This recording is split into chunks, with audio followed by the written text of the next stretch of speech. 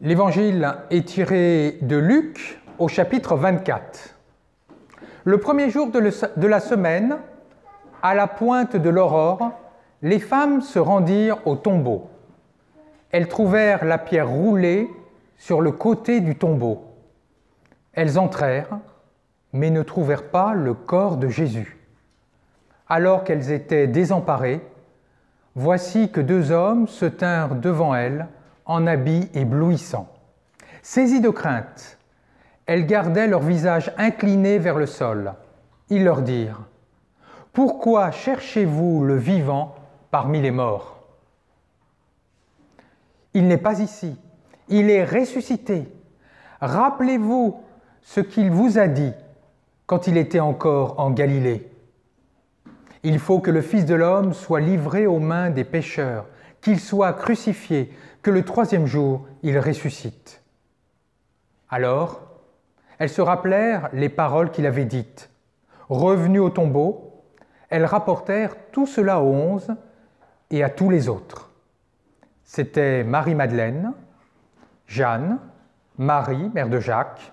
Les autres femmes qui les accompagnaient disaient la même chose aux apôtres. Mais ces propos leur semblaient délirants. Ils ne les croyaient pas. Alors Pierre se leva, courut au tombeau, mais en se penchant, il vit les linges et eux seuls. Il s'en retourna chez lui, tout étonné de ce qui était arrivé. Voilà, c'est vraiment une joie de célébrer avec vous la plus grande fête du christianisme, qui est la résurrection du Seigneur Jésus. La résurrection de Jésus est absolument incroyable, irrationnelle même. On ne peut pas y croire rationnellement. Comment est-ce que nous pouvons passer de l'incrédulité jusqu'à la foi ? La foi en la résurrection, la foi en la vie qui est plus fort que la mort. Tout d'abord, rappelons les faits. Il y a, nous dit Luc, comme un véritable combat entre la mort et la vie. La mort d'abord. Les femmes se rendent au tombeau. Le tombeau, un lieu sombre, un lieu où on a mis le cadavre de Jésus, un lieu de mort. Elles apportent des aromates. Alors des aromates, ce n'est pas pour faire joli comme nous aujourd'hui quand on met des fleurs sur les tombes. Non, les aromates, c'est pour mettre sur le corps de Jésus, enfin en tout cas sur le corps d'un mort, qui se putrifie, qui se décompose. C'est pour masquer les odeurs. La mort donc, avec les aromates et le tombeau. Et puis quand même, Luc nous suggère qu'il y a la vie, en tout cas la vie qui combat tout cela. Nous sommes le premier jour de la semaine. Le jour naît, il y a l'aurore, la lumière qui commence à poindre. Et tout de suite, vous qui connaissez parfaitement bien votre Bible, quand je dis premier jour de la semaine, la lumière, vous pensez, oui Minette, je le vois, vous pensez à la création en 6 jours et le premier jour, Dieu qui a créé la lumière. C'est une nouvelle création qui s'annonce. Ça, c'est le premier point. Deuxième point, la lumière, la vie qui commence à lutter contre la mort. Et les femmes se rendent au tombeau, la pierre est roulée, le corps de Jésus, plus particulièrement du Seigneur, tout de suite, là, Luc nous fait un clin d'œil, le Seigneur, c'est Jésus, c'est Dieu. Le corps du Seigneur n'est pas là. Alors tout de suite, nous pensons, ben voilà, il est ressuscité, hop, alléluia, n'en parlons plus. Eh ben non, c'est pas si simple que cela. Les femmes ne savent pas quoi penser. Elles sont désemparées.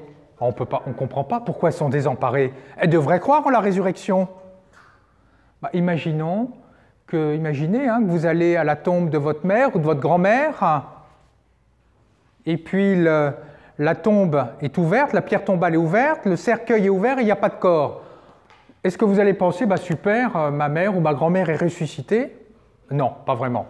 Vous allez dire, là, on a saccagé la tombe, on a profané, voilà, c'est le mot que je cherchais, merci, on a profané la tombe. Là, les femmes, c'est certainement ce qu'elles pensent. On a profané la tombe du Christ, ou peut-être que des disciples désespérés ont enlevé le corps. Non. La l'absence du corps de Jésus, le tombeau vide, n'est absolument pas une preuve de la résurrection du Christ. Il peut y avoir mille et une raisons pour lesquelles le corps de Jésus n'est plus là. Ça, c'est la première idée. Alors vous allez dire, alors là, ça y est, on ferme l'église, là, hein, il y a plus, c'est absolument désespérant. Mais non, c'est que comment l'exemple des femmes, et pour nous donne un chemin pour avoir foi en la résurrection, pour avoir foi que la vie est plus forte que la mort, pour avoir foi qu'après nous, quand nous serons morts, la tombe ne sera pas le terme de notre existence. Tout d'abord, les femmes voient deux hommes vêtus d'habits brillants. Et vous savez que pour les Juifs, l'habillement est le reflet de la personnalité. Dis-moi comment tu t'habilles et je te dirai qui tu es. Brillant. Qui est brillant? C'est Dieu. Dieu, c'est la brillance est le symbole de Dieu. La brillance est le symbole de la vie. Les femmes font une expérience de rencontrer le divin. Et d'ailleurs, elles sont effrayées. Et dans la Bible, quand on rencontre Dieu, ou quand on rencontre des êtres divins, on est effrayé. Les femmes font une expérience vraiment de rencontre avec le divin. Et ces deux hommes, qui en fait sont des anges, là Luc nous le dira plus tard, hein, il leur dit trois choses. Pourquoi est-ce que vous cherchez le vivant parmi les morts? Et tout de suite, vous qui connaissez bien votre Bible, le vivant, tout de suite, vous connaissez bien votre Ancien Testament, vous savez que le vivant, c'est un nom qui qualifie Dieu. Le vivant, c'est Dieu. Donc déjà, les anges sont en train de dire, mais vous ne pouvez pas aller chercher un cadavre, puisque Jésus est Dieu, il est le vivant. Première chose. Les anges en remettent une couche en disant, mais il est ressuscité. Littéralement, en grec, il a été réveillé. La formule est passive, il a été réveillé. Il a été réveillé par qui? Par Dieu.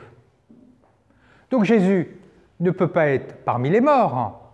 Il est avec Dieu, Dieu qui l'a réveillé. Et enfin, troisième chose, souvenez-vous de ce qu'il vous a dit.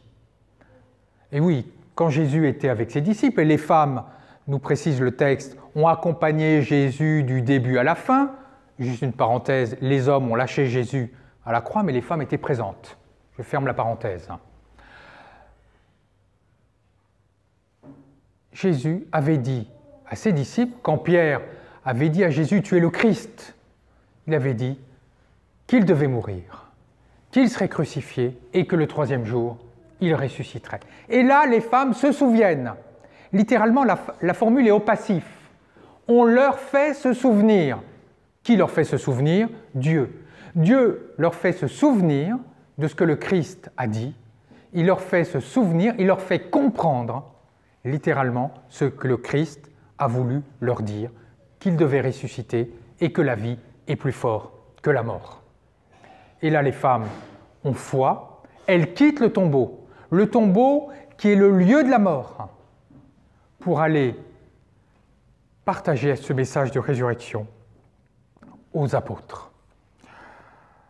Alors, qu'est-ce que nous pouvons en retenir, nous? Trois choses. Tout d'abord, la foi en la résurrection, la foi au fait que la vie est plus forte que la mort, que notre vie continuera au-delà de notre mort, n'est pas une histoire de catéchisme, n'est pas une histoire de dogme qu'on répète ou de doctrine. Nous pouvons aux jeunes faire 10 ans de catéchisme. Ce n'est pas pour cela qu'ils croiront en la résurrection. Moi, je pourrais faire, et vous-même, 8 ans de théologie. On peut faire un doctorat en théologie.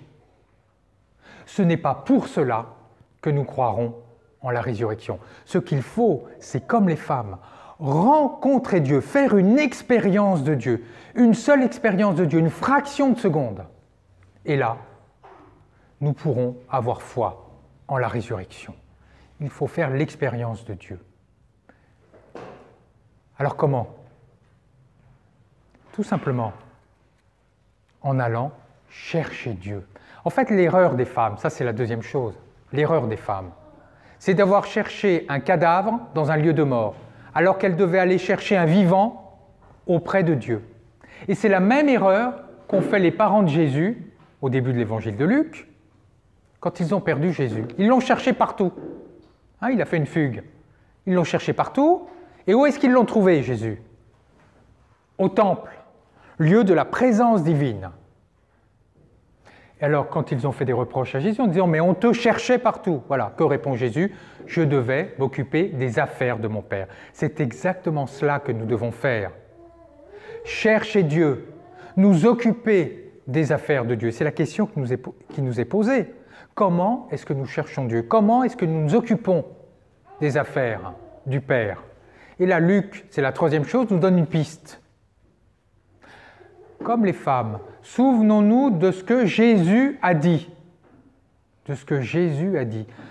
Nous sommes invités à nous souvenir de ce que Jésus nous a dit, c'est-à-dire à méditer sans cesse, à relire sans cesse le témoignage des paroles du Christ qui sont reflétées dans les évangiles. C'est cela, en méditant les évangiles, en nous souvenant des évangiles, en priant le Père, en méditant, c'est-à-dire en faisant silence dans notre cœur, nous pouvons entendre la voix de Dieu qui nous parle au plus profond de nous. C'est la deuxième idée de ce texte. La foi en la résurrection ne peut venir qu'avec une rencontre de Dieu, une expérience de Dieu. Alors pour conclure, il y aurait eu bien d'autres choses à dire. Comment s'est faite la résurrection? Comment est-ce que ça s'est réalisé? Malheureusement, les évangiles ne nous disent rien. En tout cas, souvenons-nous de deux choses. Le tombeau vide n'est pas une preuve de la résurrection. Par contre, nous pouvons avoir l'évidence que la vie est plus forte que la mort, que le Christ est vraiment ressuscité en faisant une expérience de Dieu, en rencontrant personnellement le Seigneur. Eh bien, puissions-nous, chacune et chacun, par la lecture de la Bible, des évangiles particulièrement, par la prière et la méditation, nous préparer à cette rencontre et à cette expérience. Amen.